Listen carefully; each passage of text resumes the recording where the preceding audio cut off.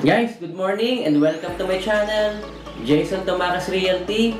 We are finding your dream property at pag merong nagpapadesign po sa amin, tinutulungan namin, especially yung mga based abroad.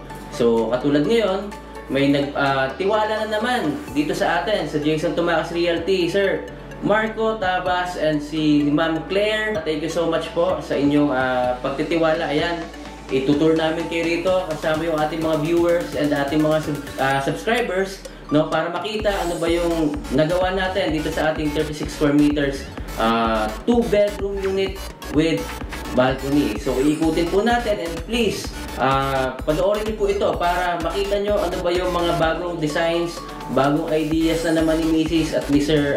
Marco and Ma'am Claire. So nagtulungan sila dyan and thank you so much again, sir. And Ma'am Claire, Sir Marco, maraming salamat. So, ayan po, iikot na namin kayo ni Mrs. dito sa ating bagong finished project na 2-bedroom unit with balcony.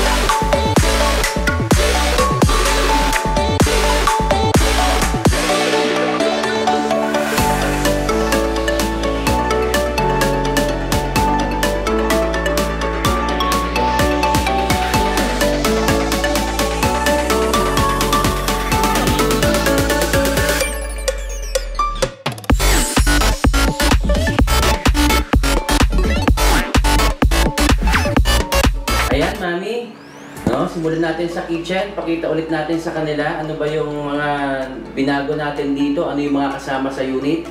Yan. So, hello, good morning again sa mga ating viewers ng Jason Tomacas Realty.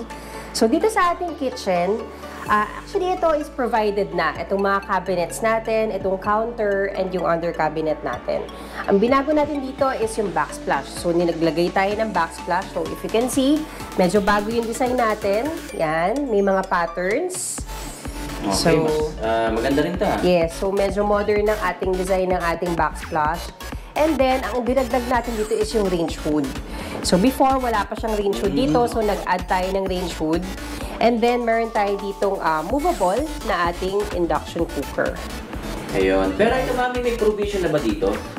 Actually, whole cabinet lang talaga siya. So, dito ka lang talaga pwedeng I think, because meron siyang outlet eh.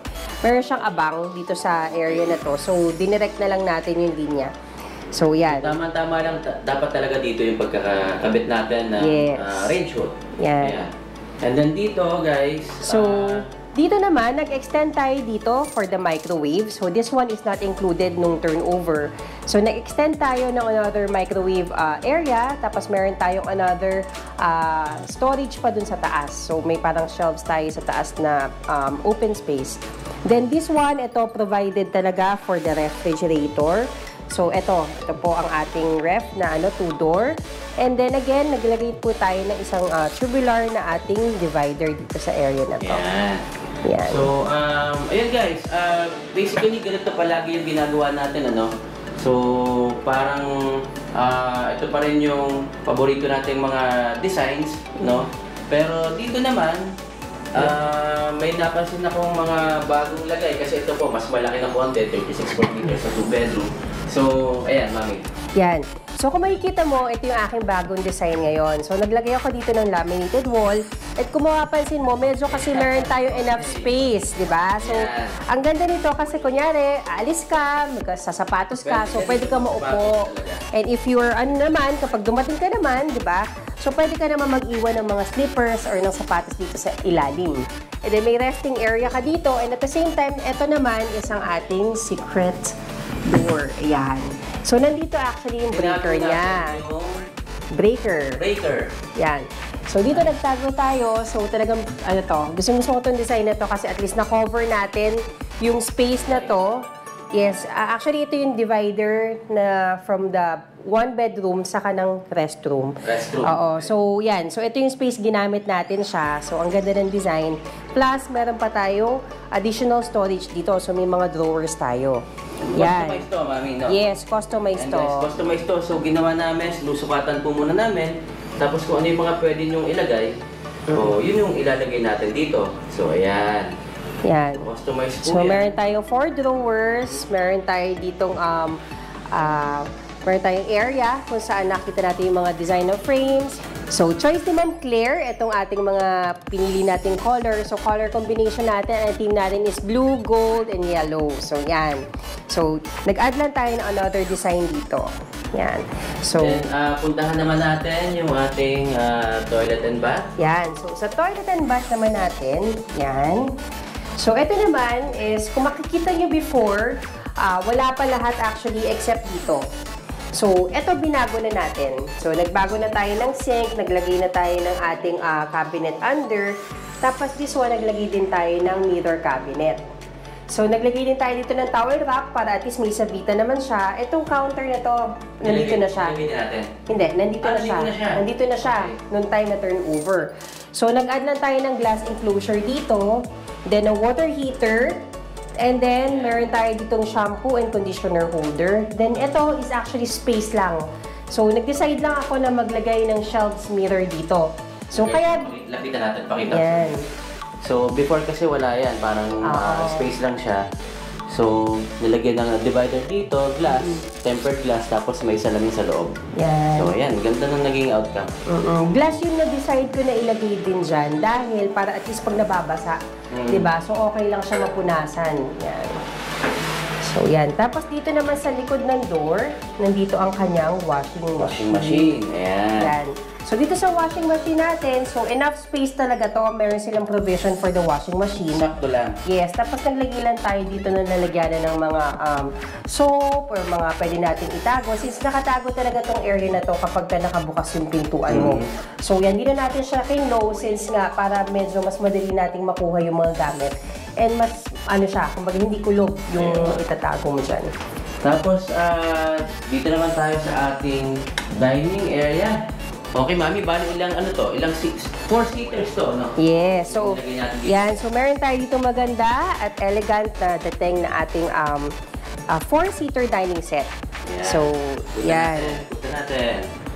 Okay, so makikita nyo yung naging itsura nito. Tapos merong salamin. Yes. So, dito naman, si Ma'am Claire, so nag-decide din siya, gusto niya meron siyang isang salamin dito. Since maluwag naman yung area natin, hindi na natin kailangan mag-full mirror.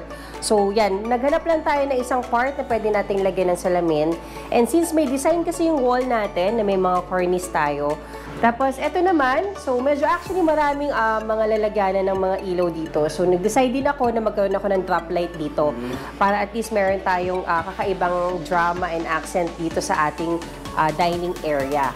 Ayan. Tapos, eto Mami, napansin ko, naglagay din tayo dito ng... Yes, may cove light tayo sa taas. Ito guys, so pinapakita ko sa inyo. Meron tayong cornice wall dyan, so naglagay lang tayo na additional design. Ayan. Yan. Okay, so... And then, dito naman, punta tayo sa ating living area. Living area, wow. Yan, so since yan, ito ang ganda na ating living area. So, meron na naman tayong... Kita natin. Yes, meron tayong bagong design ulit dito sa likod ng ating TV. So, meron tayo Ang dito... ganda nito, Mami. Itong ginawa natin dito, no? Ito. Yes. Yeah, actually, simple lang siya. So, meron lang din ako nakita isang design sa mga hotel na napupuntahan natin. So, gustong-gusto ko talaga yung idea nito. So, yan, di ba? So, meron siyang parang lines lang dyan. Tapos, meron siyang laminated wall. Tapos, ito, so, meron din sila nagustuhan kasi na gusto nila merong mga ottoman sa ilalim. Ayan. So, additional seats ito kapag kunyari may mga bisita sila. Plus, meron pa tayong mga additional storage dito. Ayan. Yan, so may mga drawers tayo. Ang ganda nitong at least another counter or another study table kung gusto mo. Kaso, syempre, dapat di naka-on yung TV mo. Pero, ayan, so magandang space to for you. And very spacious. Yan, itong ating magiging area kapag ganito yung design. Yes. Then ito, customized. Yes, this is one of our customized sofa bed. So, 3-seater sofa bed siya with storage under. So, kung mapapansin nyo, may nagawa na tayo before na ganito. Yes. Since customized siya, kasi pwede nyong piliin yung kulay. Ayun. Okay. Yun ang advantage nyo guys, pagka customized, piliin namin kayo ng kulay, saka napakatibay po nito. Try mo umupo, Mami, ulit. Yan. So, kasi yung iba nating sofa bed na nabibili, medyo mababa. So, ito is... yung mga... Yes, yung parang babaksak kang ganon. Ito kasi is, ito na yan, oh. Yan na yan, oh. Kasi, ito ang ganda, saka talagang yung, ano niya, medyo... Makapal. Makapal yung kanyang mga foam. Hindi siya basta lumulundo. Tayo, umupo din. Oo nga, no? Ito rin yung nilagay natin doon sa kabila, doon sa coaster. Yes. No? So, yan. Actually, marami tayo nalagay nito. Meron tayong sa S. So, yan. Very happy naman ako dito sa ating customized na chairs. Yes. Yeah. And then, ito guys, meron akong papakita sa inyo yung ginawa natin sa balcony. Yan. So, this one naman is hindi naman ito makikita actually sa labas. And mataas na rin naman na floor tayo. So, ito, kung may mga plantita dyan, so meron akong ginawang pallet area na for the plants. So, syempre, since yung sila owner, sila Ma'am Claire and si Sir Marco, di naman talaga sila magsistay dito ng matagal. So, naglagay na muna ako ng artificial plants. Ito po ang ating bagong naisip. Yes, yan, Medyo may pagka-jungle yung dating. Yan, no? So, ito, ang ganda, di ba? Yeah. So, kung mayroong mga mahilig talaga sa plants dyan, ito. So, for the meantime, artificial plants muna tayo. Yan. Dahil dito sa loob, guys. Okay. Ganda. Yes. Tapos yung gusto ni Sir Marco, yung kulay, di ba? Na may Yes. pagka-yellow yung mga gusto. Yeah, kung mapapansin mo, very yellow ating curtains. But very cute naman, di ba? Sila ang nag-decide ganda. po nito. Yan. So, Saka yan. Choice of color nila kasi syempre meron tayong mga color palette na pinapapili sa kliyente. So, syempre, gusto namin na kung ano yung gusto nyo rin, di ba? Sabihin naman namin pag hindi maganda, pero syempre, kapag tingin naman namin na okay, babagay naman. So, nag-agree naman din kami. So, ayan.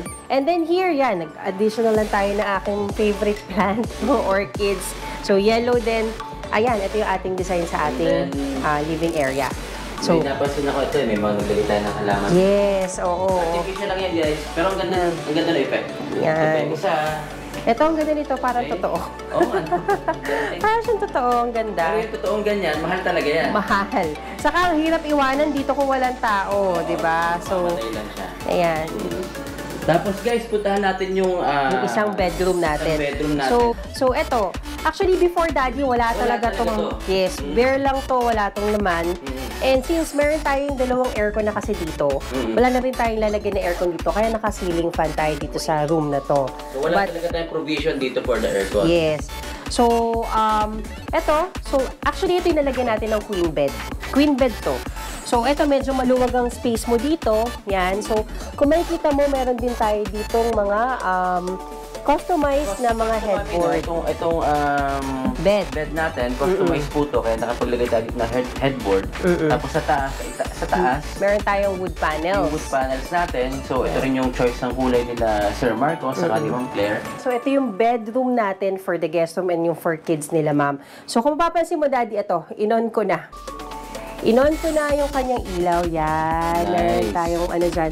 And dun sa dulo, kung maaabot mo pa, yan, kasi naka-ano na tayo, meron siyang saksakan, Daddy. Okay. Meron siyang lalagyanan na outlet dun sa bed. So, naglagay tayo ng saksakan dyan kung gusto mo mag-charge. Since talagang nagamit natin yung buong space niya, wala na siyang side table. Dun sa taas nitong bed na yan, meron tayong outlet dyan. Ayan, nandun po sa loob guys, dito sa, dun sa may ilaw. Yan. Yan, sa likod ng ating Headboard. Yan. So, dito naman meron tayong sliding. sliding. Ito. Sliding. So, meron tayong sliding cabinet dito. So, may salamin din. So, hindi na tayo makapaglagay ng vanity. So, we make sure na meron tayo, at least pag nabibihis tayo, diba? Meron tayong matitignan na salamin dito sa loob ng room. Tama. Yan. So, ayun. And then, guys, dito naman dun sa ating second room. So, actually, this is the master's bedroom. Ang ganda nito. Ayan. Ang ganda nito. Meron pa tayo ditong, ayan, pagpasok nyo, parang kang nasa hotel. Diba? Ayan. So, dito ang lamig. Malamig dito. Tapos, nalagyan natin ng another dito, Wood panels. Wood panels, no? Tapos, customized din po to. May storage din yan. Storage kayo dito sa ilalim. Yeah. So, yan, no? So, dito yan. May storage tayo. And here. Yeah. So, yan. Pinakagandahan sa ano, sa customized items. So, nagagawa natin yung mga gusto rin nating ipalagay. So, dito, meron tayong cabinet. Actually, hindi natin ito magawang sliding kasi medyo maano na yung space natin. So, eto, naglagay pa rin tayo. Yes, customized pa rin to with mirror. So, same itsura nung kabila. May vanity area tayo dito with ano din. So, yan, meron tayong ilaw dito. May outlet din. And then, kung mapapansin mo, yan, si ma'am is in favor of yellow. Yan. So, meron tayong accent share na yellow dito. So, okay naman kasi ang yellow naman is happy. Diba? Ganda, ganda. So, ayan. So, ito guys, pakita ko ulit. Ito siya. Ayan. Okay. So, pwede ka pa maglagay dyan sa taas. Yes, may space pa tayo dyan. Ito dyan, na iba mong gamit. Tapos, ito yung ating salamin. Tapos, sa kaliwang side, meron tayong nilagay na design na fluted panels. Flat panels ulit. Ayan. So, ayan. Tapos ito, may drawer. may drawer ka dito. Ayan. So, pwede ka pa rin makapaglagay ng mga gamit dito sa ano. So, na-maximize guys. Na-maximize yung imagine nyo, 36 square meters. Pero, parang ang laking tingnan nito, no? Yes. Okay, guys, ikutin natin. Okay, so, pakita ko sa inyo yung kabuuan. Ikot.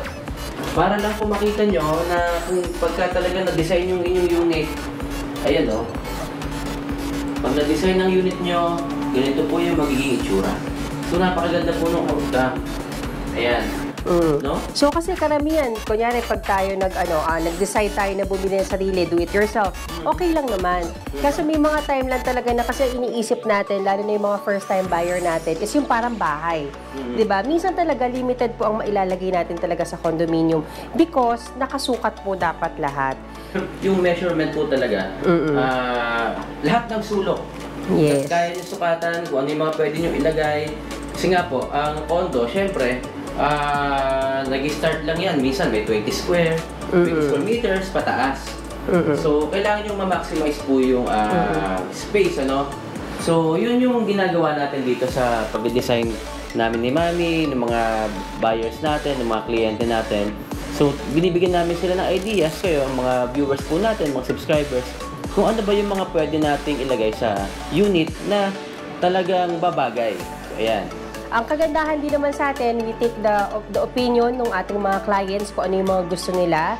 Siyempre kapag naman sa tingin namin is medyo off na rin yung color or kaya naman ay hindi bagay yung nagugustuhan nila, hindi na siya uso, mas maganda yung ganitong modern, yun.